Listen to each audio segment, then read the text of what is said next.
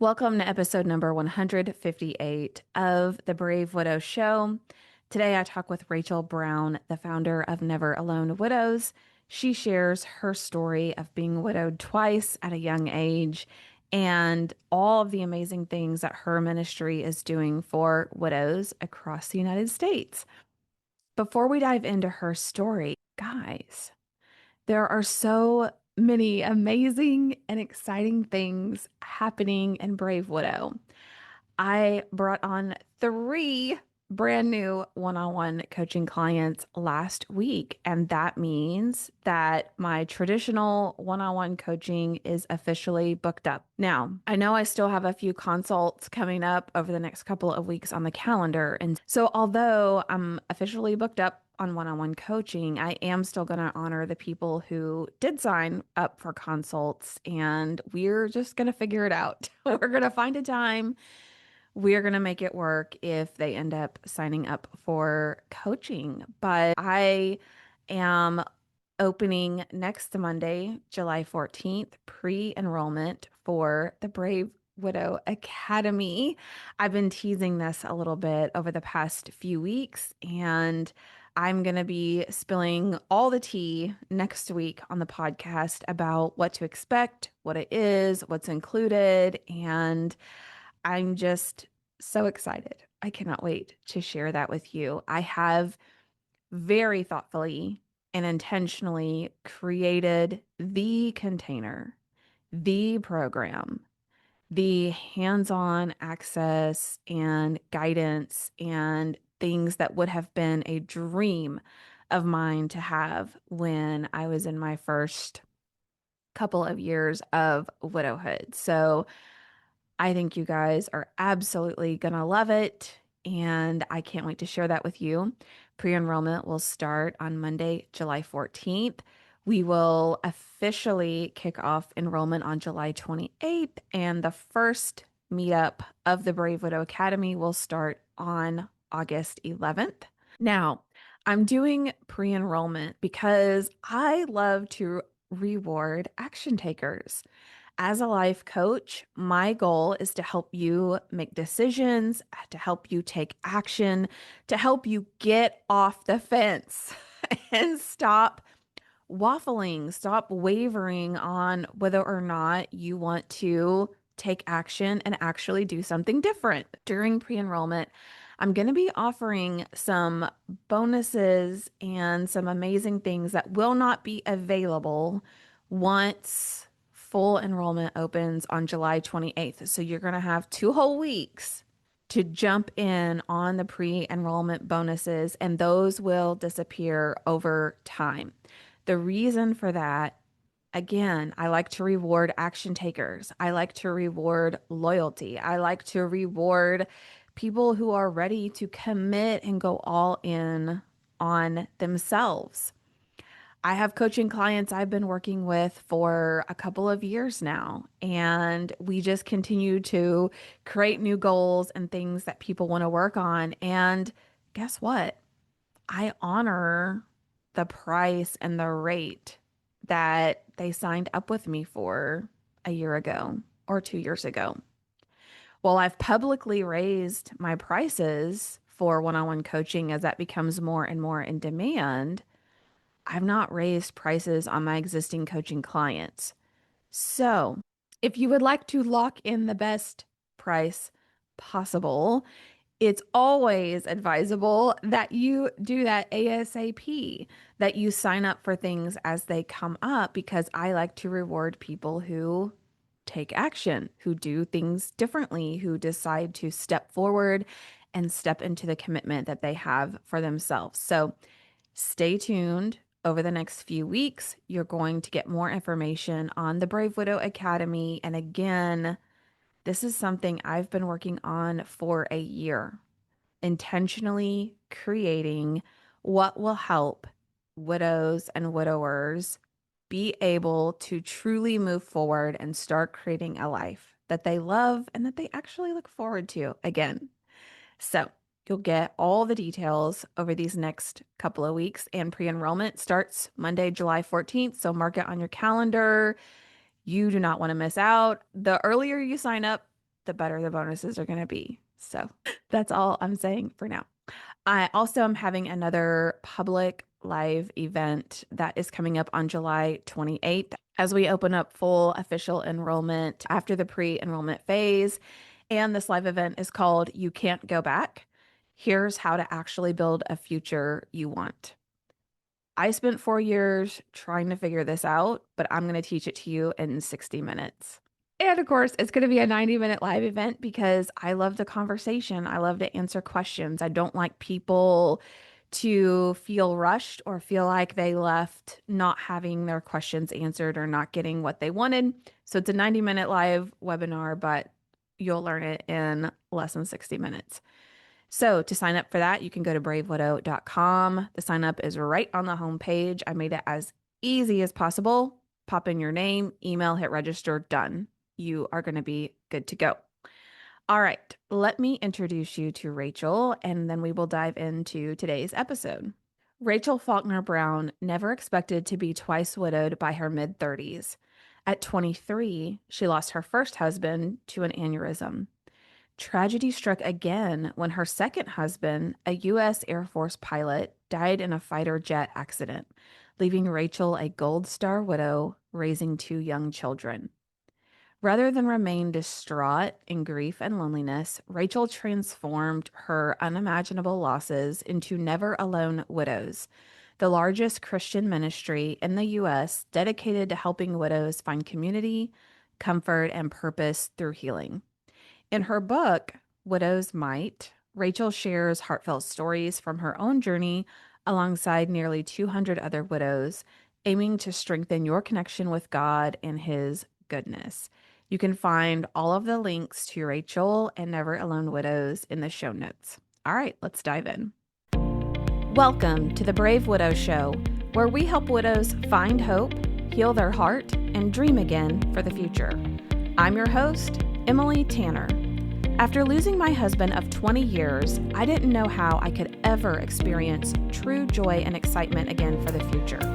I eventually learned how to create a life I love, and I've made it my mission to help other widows do the same. Join me in the Brave Widow membership community and get started today. Learn more at bravewidow.com. Rachel, thank you so much for being willing to come on the show and to share your story and all of the amazing things that you're doing with Never Alone Widows. Oh, thank you, Emily. I'm so excited to be here. It's such an honor. My husband was blown away. He was like, "There's a whole podcast about brave widows." I was like, "A whole podcast, honey." I love it. Yeah, it's saddening and also amazing Yes. to think that we're at a point in our culture and that's what is needed. But you are also doing a lot of things for the widow community. And I just know so many people will love to hear about it and to have the opportunity, maybe even go to some Yeah. of the in-person events and things that you guys host. Why don't you just introduce yourself, tell us some about your what you do, and then we can dive into your story. I think that'll be a great place to start.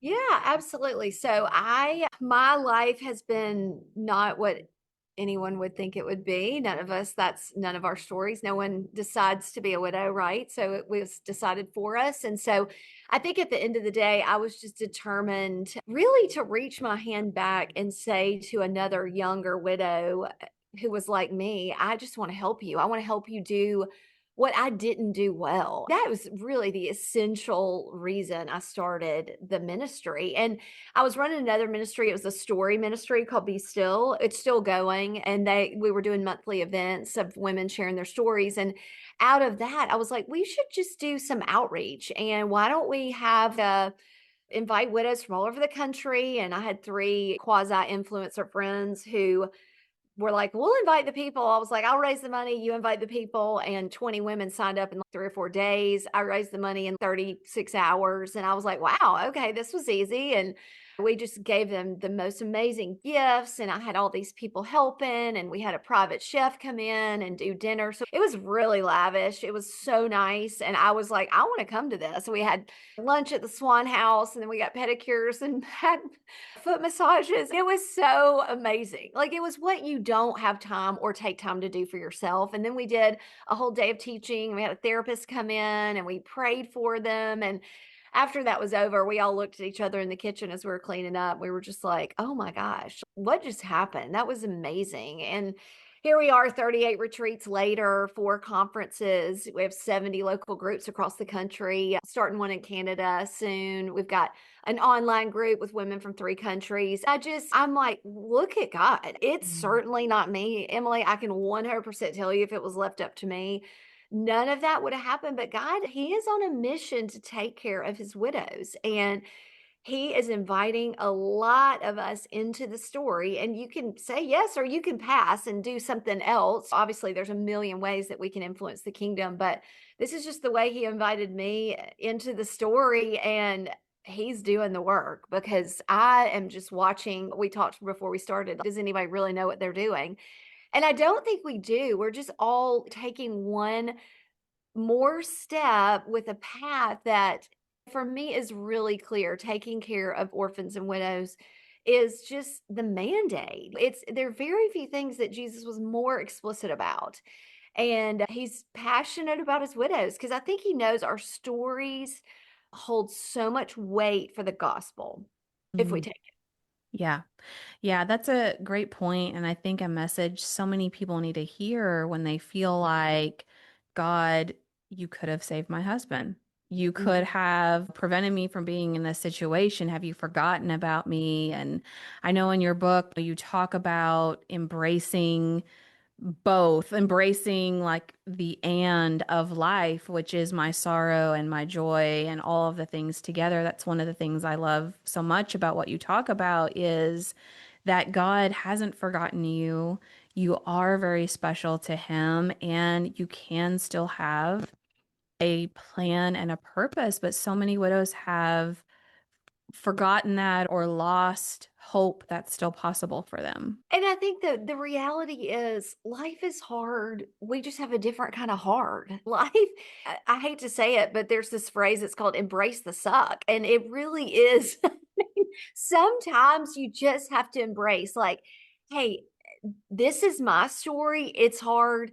Her story's hard too. Quit comparing our stories. I think that's the first place where we get a little tripped up is I've experienced the worst stressor ever. And it's like, nobody's winning a prize. Like we're just all trying to walk out life and maintain our sanity. I hate to say it, but and more than that, like really thrive and embrace the fact that I never learned anything when it was great. I hate to say it, but in the great times, nobody's learning anything. And I've said this several times, but when we went to Israel, we were driving and the bus person was droning on and I was falling asleep, but I was like, we were passing all these pomegranates and all these figs and everything. And he was like, crops only grow in the valley. The fruit is only made in the valley. Mm. You don't grow a crop at the top of Pikes Peak. You're above the tree line. There's nothing to see but the beautiful view. Nobody learns really a lot up there. You learn it in the hard things. And so I don't know. I just think comparison's such a killer for even widows. It's just like we just all have to embrace. And once you get over the fact life is just hard, and then I can enjoy it. Even in the hard, I can still enjoy this life. Yeah. Yeah, I love specifically how you said the secret of living abundantly is to hear all the stories, both good and bad, to mine gold from them, and to then share them for His glory. Mhm. And it's such a great way of looking at it and how it's like our kids. If we give our kids everything they want and we take all the hits for them and we protect them and they have an easy life, they really struggle into adulthood or Mhm. they become kids we don't want to be around because they're Yeah. used to getting their way. Like they don't learn resilience, they don't learn adaptability and become people of character. And so much Mhm. of life and suffering and challenges and trials is developing our ability to be resilient and to truly become more and more like God every day. Yeah. Oh, absolutely. And I think at the end of the day, I don't know about you, but I would so prefer to go to dinner with people who've been through hard things than I would with people who've lived a life that was like easy. Honestly, like I'm just like, tell me your hard thing and then we can talk. Tell me the worst thing to happen to you. And not really. I have friends who haven't been through awful things, and I'm so thankful. But at the same time, I so would prefer to mine a table of really hard stories and what God has done in that than I would in a place where it's just perfect. Yeah. Yeah, and it gives you such a greater appreciation for the good times, for the relationships, for the Yeah. experiences you have. You just view life in a very different lens, Yeah. and we get to be grateful for that because had Yeah. we not gone through that, I would have still been getting frustrated about what color the living room is and things that I'm like, now I just don't even care. I know what's No. important. I know what my Yeah. priorities should be, and I wouldn't have learned that without that experience. Yeah. Widowhood is the great leveler of unimportant things. It just really sets your path on what really matters in life. And you can either embrace that and really take every day as a gift, which I know many widows listening, they are doing that. But even here I am 18 years later, even in that, I forget. We just so quickly forget it's like looking in the mirror and forgetting who you are. We do it every day to some degree. Of course, you can't live in the Kairos moments all day, every day. You'd be just worn out. But I do think I told somebody we got blown out by Hurricane Katrina, and I'd already lost Todd at that point. And we can get into a little bit of my story, but I'd already lost my first husband at that point. And I thought, Katrina felt like nothing. A hurricane, who cares? I lost all my stuff. Oh, honestly, it's like that's why you have insurance. And so I think it's terrible and I hated it. And I didn't get to have my baby at the hospital where I'd planned to have him and it was underwater. But I'm like, this is so small potatoes. Everything becomes small to potatoes on some level. Yeah, that's great. So I think that's a great point to jump into your story because you're talking about, oh, 18 years later, and you hardly look like somebody who should be able to talk about 18 years post widowhood. So Yeah, you yeah. you have quite the story of being a young widow, and I would love to explore that a little bit. First of all, I wanna say, Emily, I feel 25 in my head, so thank you. I don't look it. I do not look it, but yeah, I mean, I married my college sweetheart. We were living our best life, working as pharmaceutical reps, and he went to play a game of pickup basketball 5 days after September 11th and had an aneurysm in my best friend's driveway at the time. And yeah, I was dumbfounded. I was 23, he was 27. It just was, I can't even describe how upsetting it was to our town. We come from about 30,000 people in our town. We both went to church with about 1,000 people. And we had not really lost like a high school or college. There hadn't been any major deaths where a lot of people knew the people. And so it was just our town and our churches, it was just so hard for people to process. The early death is just hard in general, but Todd was just Mr. Everything. He was president of his fraternity. He was Mr. UNA. We went to the University of North Alabama. And so I was just, I really, the two things that came out of Todd's death, I learned to worship. I really didn't know what else to do, Emily. I honestly, I just was like, this is what makes me feel better. Praise God. It wasn't a bottle of wine or Xanax. I just didn't know what I didn't know. But at the time, I was a Jesus girl. I was on the Beth Moore Living Proof Live. I felt like I was on tour with her because I would literally travel to wherever she was. I loved her. I did all of her Bible studies. So I was just a Jesus girl. So for me, what felt so comforting above anything else, I love my friends. I got into running, which is a really common thing after grief, which is hilarious because I've just never run. I only if I'm running from a bear. But I did. We do crazy things. I got one of those strap-on little things that you wear on your arm to play your music. Before MP3 players were, like, really popular, I was like, "Look at me, got my little strap-on." It's amazing. And I strap on MP3 player, I was like, "Oh, I belong here," even though I was totally not needing to be there, and then I worshiped at night. So there was a CD in the back of Anne Graham Lott's book called "Give Me Jesus," and the CD Anne did this, like, spoken word, and then Fernando Ortega would sing, "Give me Jesus. In the morning when I rise, give me Jesus. When I am alone, give me Jesus," and I would just weep and cry and sing, and it was just and then I'd go to bed, and I would do it night after night. Yeah, I don't even know how many years, probably a couple of years at least. And I meet Blair. I started dating, let's be honest, officially a year after Todd died, but we all know everybody breaks that rule. And I definitely had tried to date people who knew Blair, who knew Todd, and who knew me. And every time I've experienced death, and I think widows do this a lot, we always want to date someone who knew our late husband. It's, Mm. oh, they'll understand and they'll know them. And this was just, and I tell the widows at all the retreats and conferences, I'm like, don't be so stuck on them knowing your husband that you marry the wrong person, because I've seen it happen, just trying to fit this boy into a square peg that is meant for a round hole. And that was definitely me, and then ended up meeting Blair, who's 35, loved Jesus, he needed a wife, and I was like, "I can totally hook you up."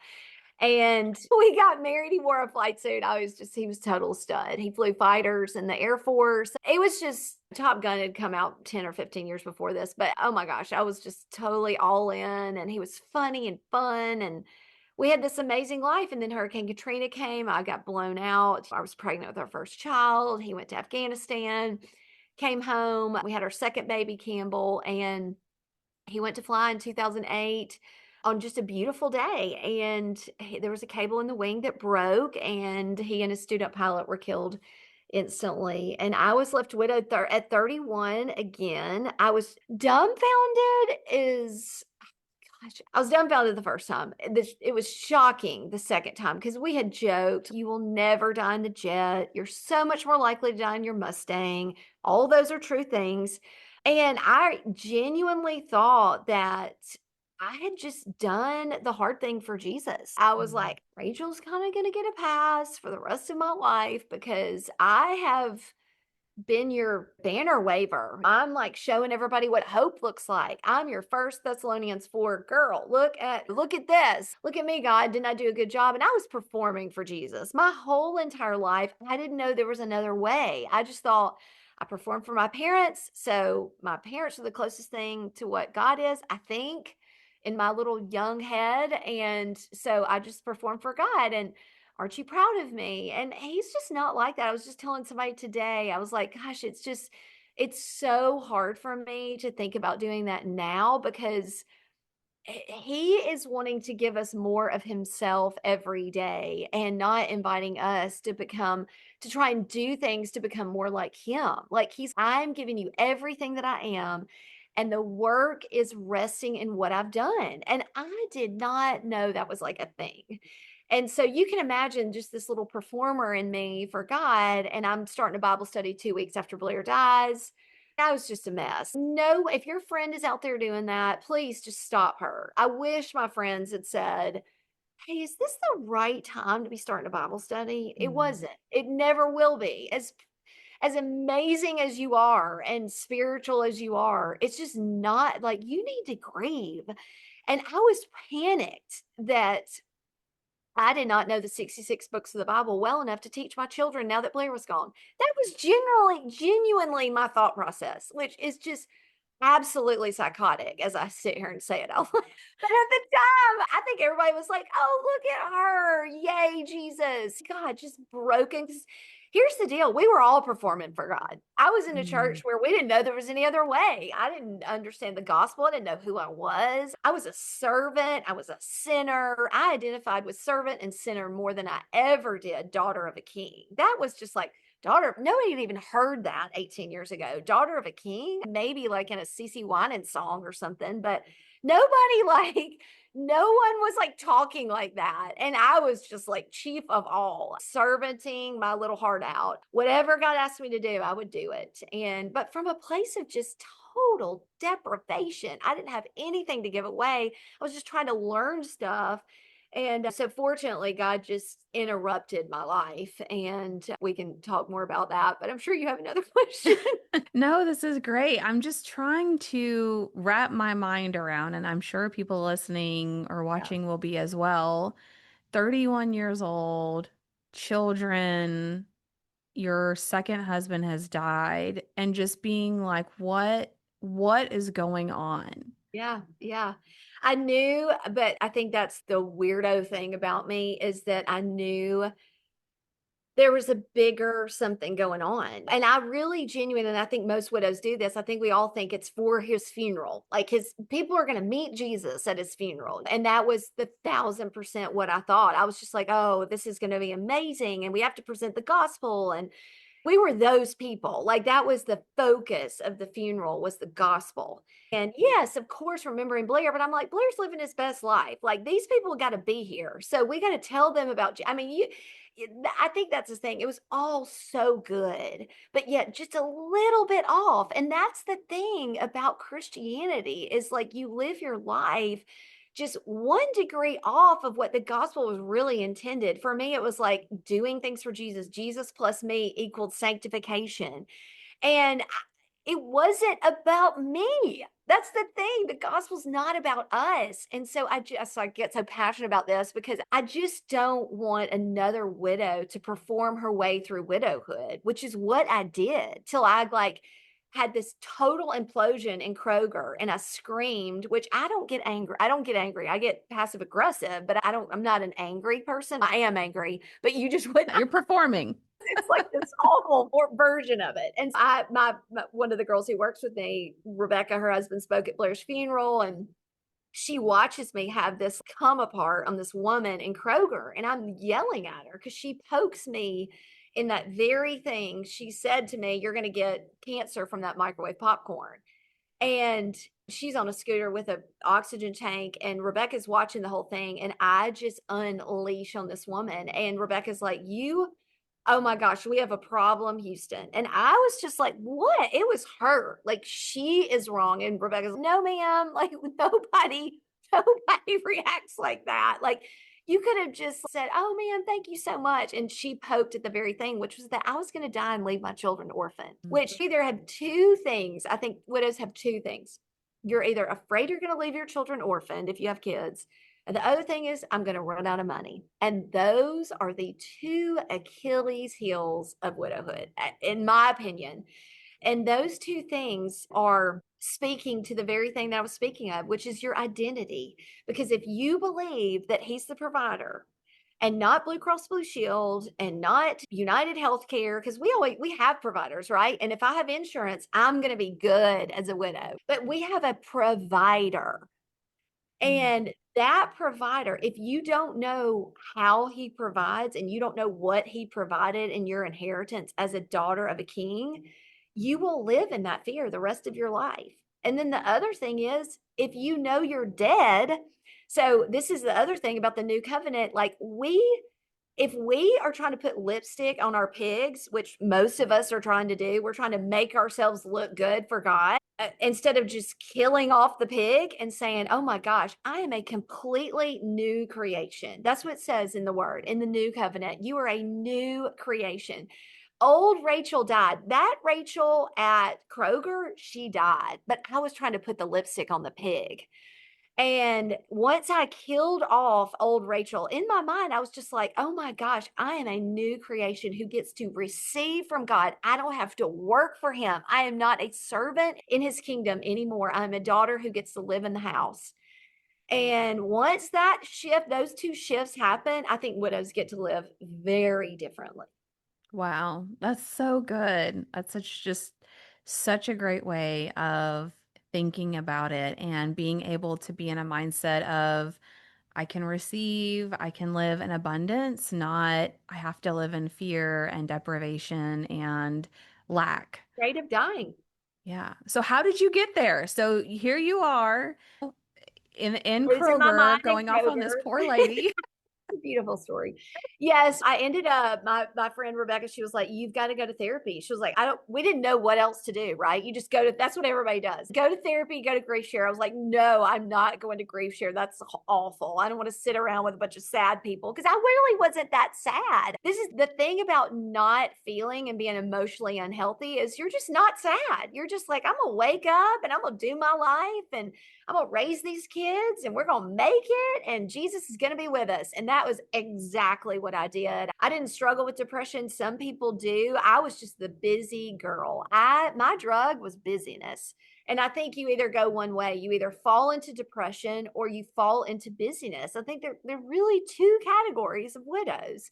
And that was definitely my drug was let me just do all the things and dance the pony show for my kids and all the things. And so I ended up in therapy. I didn't know how to feel. My kids would say, "I'm so sad about dad." And I'm just like quoting a scripture at them. No 4-year-old needs a scripture. Jeremiah 29:11 really doesn't mean a hill of beans to them if their mom doesn't know how to get in the pit with them and cry. And Mhm. that is what I did not know how to do. And so I sat with a therapist, and I've said this before, but she said to me the very first session, "If God were looking over the balcony of heaven, how would he feel about you?" And honestly, Emily, I was like, "Feel about me? Oh, okay." No one was, no, I don't think anyone in my entire family at this point had been to therapy. So you have to know we come from a long line of people who were just like, "Oh, therapy's kind of for weak people." They Right. would never have said that. They just subconsciously, and part of it too is I'm from a really small town. There were 2 therapists. One of them was the psychiatrist, and nobody was going to him because that meant you were totally crazy.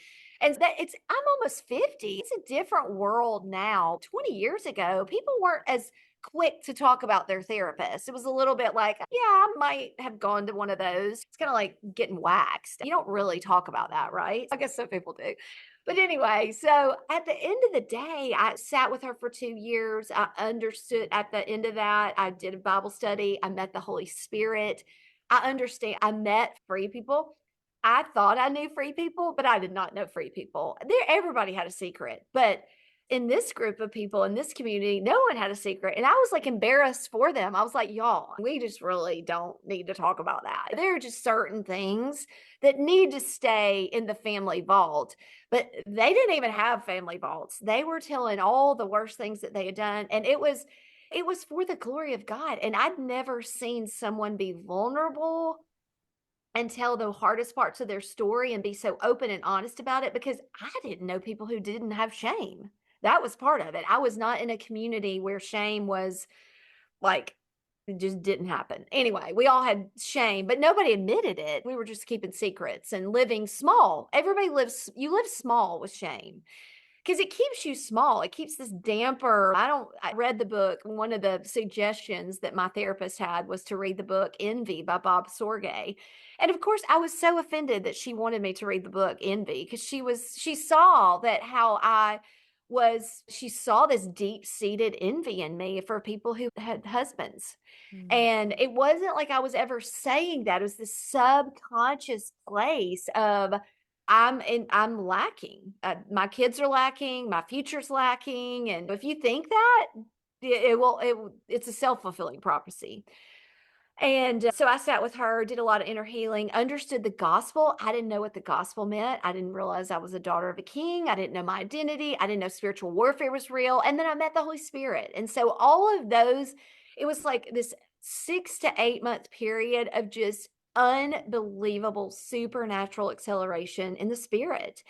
And God just put me in a community where I could heal and learn and honestly be upset that I really didn't understand. I had staked my life on a gospel that really wasn't the gospel. It was me and the gospel, me plus the gospel. And I was upset about that. I'm like, why did no one explain this to me? I didn't know I was righteous. I didn't know righteousness was a noun and not a verb. It felt like it had to be up to me. So it was just there were so many things. It would take me like 5 podcasts to go through each of them. And honestly, at the end of the day, I think I surrendered that I didn't know everything. And that for widows, I think when you're a spiritual widow who loses your husband, the tendency is to be like, I've got this figured out, me and Jesus. And I think if you are not willing to lay down, like, maybe there's more. Maybe there's more about God that I'm going to learn through widowhood instead of I'm just going to learn more scripture and I'm going to do more things for God. Maybe you could say, what do I not know about you? And I think that's a better question because he is loves to attach himself to the surrendered heart. He loves it. Yeah. And I think as you were talking about like shame and guilt, there's so much that we think, oh, I'm not supposed to question God. I'm not supposed to bring my complaints to him. I'm not supposed to lament. Like, I'm supposed to be like, oh, praise God and you're with me and everything's going to be okay. But there's so much inner turmoil that's happening that we think we have to perform or we just create a lot of distance. Like, Yeah. I'm just not going to say anything because I don't feel like I can really tell God how I feel or how angry or frustrated or confused I am about where Mhm. I am in the process. Yeah. And I think it's both and. It's yes, you can complain and do all the things and be frustrated and remember the truth, right? It's both and. He's give me your honest heart. It's just like a therapy group. If you go to therapy, the ones that are the best are when everybody's like, oh, you're making me nervous. You're being so honest. And I think that's the way God is. He was like, he's never nervous, but I think he's always, yeah, oh my God. Yes, I get it. He's so in the pit with you. And I think that's what people don't know. They think he's up here in the heavenly realms and that he's not in it with us. And that's why we use the Emmanuel approach so much of letting people see Jesus in their imagination, their divine imagination, experience the brain being reconnected back to joy through a joy filled memory, and then getting to experience God because He has gifts for us that He wants to give us, but most of us don't know how to interact with Him. Yeah. Yeah, I think that's a great point. And I would love for you to share more about what you do to help other widows and what resources are out there and what you would recommend to people as they may be in the early days of grief and they're trying to like figure it out and they're trying to do the right thing. What would you have wanted to know or what would you say to those Yeah. widows? I think at the end of the day, who you surround yourself with will determine your widow days. At the end of the day, if you surround yourself with your single friends that you can relate to who are living lives that maybe aren't really honoring God, you will become just like them. I tell my kids every day, and they're like, "Hey, yeah, mom, we go." But the five people that you surround yourself with is who you become. And so be very picky with who you surround yourself with, who you surround yourself with in your parenting of your kids. Who do you let your kids hang out with? Who gets to speak into their lives? You cannot be careful enough. If those people are not aligned with you spiritually, you need a boundary. You need a boundary. And so I really aligned myself with a community who wanted more of God. And so that really accelerated my life really in a million ways. And the people that I was hanging out with, we wanted the greater things. We wanted to see God do immeasurably more than we could ask or imagine. And so that shift changed everything for me because I wasn't always in a community like that. I was in pretty normal, average Christianity communities. And average Christianity is let's go heal the sick, cast out demons, and cleanse the leper. That's normal Christianity, but we've never seen that until you get in a community where you've seen it. So, community is the first thing. I always say go after your own healing. You cannot give away what you don't have. So if you aren't in therapy, doing inner healing, some people don't want to heal, Emily. That's the bottom line. Some of you are like, maybe you're listening to this podcast, you're clearly wanting to heal. You're seeking out a Break Widow podcast. You're clearly wanting more for your life. But I think at the end of the day, you cannot outrun the love of God and you cannot outrun healing body, soul, and spirit. And so The other thing I would say is if you're not sleeping, go figure out why. These are really practical, but you've got to sleep. And so you got to figure out, do you need red lights in your bedroom? Do you need to charge your phone outside your bedroom? You got to set some serious boundaries for yourself if you're not sleeping. Do you need melatonin? Do you go get muscle testing to find out with a chiropractor, what supplements do I need? You got to go after your body's healing because your body in grief, a lot has been stolen from your body through energy, through minerals. You're depleted in a lot of ways. And so anything you can do to restore what has been stolen with obviously Jesus, and so much of that is connected to our emotions. If your gut is out of whack, you're experiencing depression, that is your second brain. So you got to get your gut into alignment. So hydration, movement, you got to move. I would say minimum of 8,000 steps a day. If you're expecting a result of healing and not moving every day, you're not going to get it. You got to put one foot in front of the other and move. Whether it's walking around your house, I can get 7,000 steps in my house. That sounds crazy, but I really can. But you can't just sit all day long. And if you work, you got to get up every 45 minutes and do 10 squats. It's proven to lower your blood sugar. So all of those things, like you cannot heal and outperform a sick body. I hate to say it, but like healing will not come in a sick shell. And a lot of us, like, grief causes illness. It just does. It causes a cascade of events. And so go after your own healing, which is that came later for me. I really went off after my emotional health first. Therapy, huge. Inner healing. If you don't know what that is, look it up. There are probably inner healers in your area who can help you sit with you and ask Jesus questions, interact with them in your mind.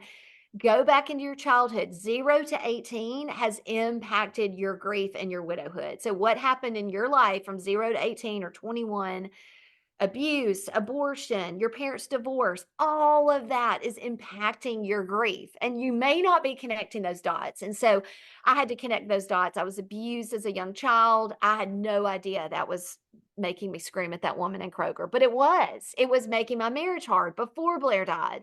So all of those things, those are really practical things, but I think it all matters. It's body, soul, and spirit. So how are you caring for your spirit? Are you in a community where in a Bible study or learning, or at least in some kind of intentional spiritual environment? Go to church. So many widows, I meet them every day. And honestly, had I gone through widowhood during COVID, I probably wouldn't be at church either. You bury your husband in the church and you just never go back.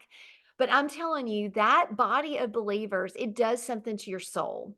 It's soul care for you to be with those people and for them to know who you are and care for you. People are like, nobody sees me. I'm like, are you in a community? Because nobody's going to see you if you're just staying in your house. At some point, we have to take ownership. We have to take ownership over our widowhood. And so I love it when people are like, I'm going after this. Get in a Never Alone group. We have one online. We have 70 cities where you can go and be in community, whether once a month. But I think you need more than that. I think you need a body of believers that aren't all widows, that every kind of person there, and your kids need it. And the number one predictor of kids and their faith is what their parents did. And so I just think you are carrying the mantle of spirituality, as hard as that is, but you are carrying that for your family. You and Jesus get to carry that for your family. And so, what does that look like to be serious about your spirituality? So, those are just a few things, but I just think, how are you caring for your body and your soul and your spirit? I think it's threefold. Like, you can't just do one, which I was doing one. I was caring for my spirit, and my body and my soul and my emotions were just pathetic. And there's no wholeness in that. Jesus came for sozo, heal, whole, and delivered in your spirit, soul, and body. Yeah, and I think you made a great point early on of sometimes to take care of ourselves and to do more is actually to do less and to slow down Yeah. and to not focus on all the checklists of things that need to get done and all the things we're supposed to do Yep. as our role in society, but to allow ourselves to find peace and rest. And then as we began to heal, taking ownership and responsibility for rebuilding our social circle, re-entering into a community and proactively building that up. Because in Yeah. grief, we withdraw and we isolate because we're trying to survive. Yeah, absolutely. But I think there's fear and anxiety pushing through to get into community. And I know it. Even if you're not like if you're not an introvert, even me as an extrovert, I don't love going to new community groups. Like it's not my favorite thing, but I know what it does for my soul. And I just finished a group. It was here in Atlanta and I just finished the group and I dreaded it every week. And then I got home. I'm like, why do I dread that so bad? I loved it so much. I knew it was good for me, but I didn't really want to do it. But I knew it was good for my soul. And Jesus invited me into it. And I'm like, thank you for inviting me into that. I didn't love it, but I knew it was good for me. And it's taken like a supplement. Don't love remembering all of them, but I know what it's doing to my organs. It's good. Yes, yes, I totally agree. So, share with the audience, if you would, about Widow's Might Yeah. and about Never Alone. And if they want to learn more about these things or access these resources, the best way to do that. Yeah. So if you're new to grief, one of the things that I feel like people forget about is we have a video series called How to Widow. It's 20 videos. It's on our website at neveralonewidows.com. And you could be anywhere in the world and you can learn how to widow well. And I love this video series. Like it was created with you in mind, kids, no kids. It doesn't matter. Like widow in any stage, you can find videos in there that will just speak to your heart. So neveralonewidows.com. You can find the local groups. The conference will be held next February in Atlanta, which is so exciting. So we would love for y'all, whoever's listened, to come to that. Those tickets will be going on sale in October. It sold out in a week last year, so you'll have to get on the list like really quick. And then, Widow's Might, you can find it on Amazon. It's 365 days of just 200 and my story, 200 widows plus my stories. So it's just this vast 85 to 25, these widows who just mined the treasures that God placed in their heart in the dark. And they came out still believing he was good, which is the crux of our faith. And then the conference, the retreats for widows who have children in the home. If you're young and listening, gosh, we would not just young. I mean, there's a lot of 50-year-olds who come because they have kids still in the home. Please get on the list and apply for military widows, first responder widows. We have a whole retreat for them. And then just all of our resources. We have a ton of content. Our Bible study launches September 1st, a first ever Bible study called Seen, which is going to be From Desperation to Destiny, a widow's journey to feeling seen. And I'm just so excited. It's going to be a really kind of landmark study. There's really not another Bible study out there. So it'll be 8 teachers over 8 weeks from desperation to destiny. And it's going to be amazing. I'm so excited about that. I love that so much. And for someone who could have said at 31, I've been widowed twice, I just want to live the rest of my days out, not in suffering, you've done so much to give back to the widow community and to help other Oh, people through this journey. And I just appreciate that so much. And I know that the audience will as well. yeah. No, I don't think anyone sets out to do that. You're just like, let's just do the next thing and hold Jesus's hand and hope it all works out. So it's been such an honor though. I love what I never work because I just love what I get to do. I love that younger version of me who needed me. Yeah, absolutely. Rachel, thank you so much for coming on the show today and sharing your story and what has helped you and how people can access the great resources that you have. I really appreciate it. Thanks, Emily. If you're newly widowed and aren't sure where to start, you need the Brave New Widow Starter Kit. Inside Brave New Widow, you'll find a starter guide to help you through your first few months, a quick start guide you can share with family and friends so they know how to help you, and a collection of some of the frequent topics that widows want to learn more about. To get the Brave New Widow series, just go to bravewidow.com/start. It's free and you'll get instant access. That's bravewidow.com/start. START. See you there.